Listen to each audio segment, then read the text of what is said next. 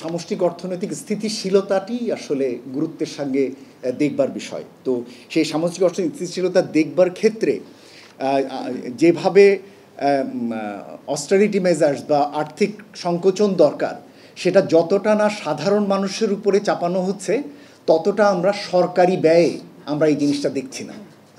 এবং সেই জায়গা থেকে আমাদের প্রশ্ন হচ্ছে যে সরকারের ব্যয় সংকোচনটা কবে হবে।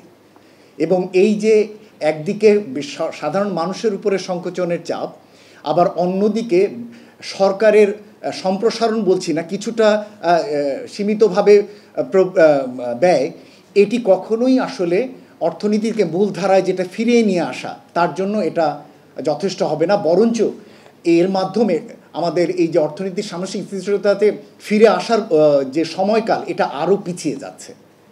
এই যে আপনারা যেটি একটু আগে বললেন যে মূল্যস্ফীতির ক্ষেত্রে এই সরকার এই বাজেটে তেমন কিছু আছে কি না, আমাদের কাছে পরিষ্কারভাবে যেটা দেখে মনে হয়েছে যে এবারের বাজেটে বরঞ্চ সাধারণ মানুষের জন্য খাদ্য বহির্ভূত মূল্যস্ফীতি একটা বড় রকমের মাথা ব্যথার কারণ হয়ে দাঁড়াবে। এবং সেটা আপনারা দেখতে পাবেন, তারা যে সমস্ত পণ্য কেনেন সেটার অনেকগুলোর উপরই এই ভ্যাট আরোপ করা হয়েছে। অনেক নতুন পণ্য ভ্যাট আরোপ হয়েছে উৎপাদন পর্যায়ে, যেটা সাধারণ মানুষের কাছে গিয়ে পড়বে। অনেক সেবা যেগুলো সাধারণ মানুষ নেন সেগুলোর উপরে ভ্যাট আরোপ হয়েছে, সেটার উপরে পড়বে।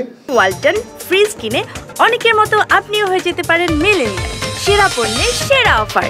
এবং এর সঙ্গে যুক্ত হচ্ছে যে জ্বালানির মূল্য বৃদ্ধি এবং বিদ্যুতের মূল্য বৃদ্ধি, যেটা ঘোষিত হয়েছে বছরে 4 বার করে বিদ্যুতের মূল্য বৃদ্ধি হবে। এ সবগুলো যদি যুক্ত করেন, এর পুরোটি হচ্ছে খাদ্য বহির্ভূত মূল্যস্ফীতির অংশ।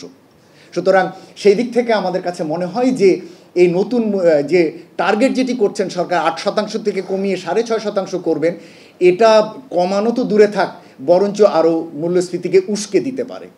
যে জায়গাতে খাদ্য মূল্যস্ফীতি কমানোর জন্য শুল্ক ছাড় দেওয়া হয়েছে, সেই শুল্ক ছাড়গুলো প্রকারান্তরে আমাদের অতীত অভিজ্ঞতা বলে এগুলো আসলে আমদানি পর্যায়ে আমদানিকারকের পকেটেই চলে যায়। এটি সাধারণ ভোক্তা পর্যায়ে সাধারণ মানুষের কাছে সেটি পৌঁছায় না।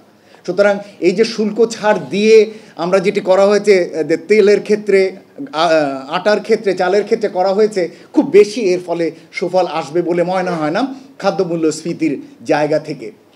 সুতরাং সেই জায়গা থেকে যেটি দরকার ছিল, মূল্যস্ফীতির মূল সমস্যার বাজার বহির্ভূত যে কারণগুলো, সেইটির সংশোধনের জন্য যে আইনি সংস্কার, সাপ্লাই চেইন ম্যানেজমেন্টের সংস্কার, নীতিগত সংস্কার, সেই জায়গাগুলোর ব্যাপারে কোনো ধরনের কোনো উল্লেখ এই বাজেট বক্তৃতায় নেই।